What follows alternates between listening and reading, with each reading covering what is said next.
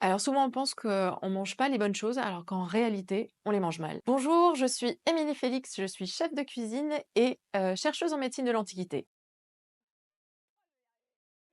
Le surpoids dans la restauration, c'est pas une fatalité. En général, c'est juste des petites choses faciles à changer. Contrairement à ce qu'on pense, en fait, le sujet du sucre, du gras, de l'alcool, c'est pas vraiment ça le sujet, hein. Il n'y a pas d'interdit, en fait. La question, c'est plutôt à quel moment je m'autorise mes petits plaisirs et dans quel ordre je fais les choses. La question du rythme, elle est super essentielle, et notamment le sujet du grignotage. En fait, il vaut mieux prendre des bons plats conséquents plutôt que de grignoter tout au long de la journée. En fait, on a vraiment besoin de faire des pauses en digestion, hein. En général, faut attendre 5 heures avant de remanger. On sait que dans nos métiers, on a besoin de goûter nos plats. Est-ce que c'est suffisamment sucré, salé? Donc en fait, on grignote tout au long de la journée. Donc ce qu'il faut plutôt faire, c'est faire des vraies pauses. Et c'est vraiment le moment qu'on va choisir d'ailleurs pour s'hydrater. En général, il faut boire plutôt en dehors des repas et si possible non sucré. Ça peut être une eau de fleurs, ça peut être une eau d'herbe, ça peut être une eau d'épices. Autre sujet, ça va être le temps du repas. Alors, il se trouve que je forme des chefs et donc souvent, je leur pose la question parce qu'ils me disent: «Oui, moi, j'arrive pas à digérer, je suis suivie par un diététicien, une naturopathe, mais combien de temps il dure ton repas?» Et là, en général, ils me disent: «Bah, 2-3 minutes». 2-3 minutes pour manger une énorme assiette? Non, mais c'est pas assez, en fait. Il faudrait 20 minutes. Il faudrait du temps pour mastiquer, pour bien digérer, pour avoir de l'énergie. Donc c'est important de prendre une vraie pause. Pour conclure, je pourrais vous dire que la vitalité, c'est 3 choses.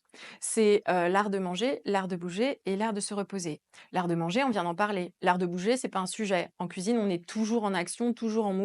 Par contre, l'art de se reposer, ça pose vraiment question. Donc, il faut savoir se calmer de temps en temps. Il faut savoir aussi se préparer pour bien dormir la nuit, pour le lendemain pouvoir repartir au restaurant en forme.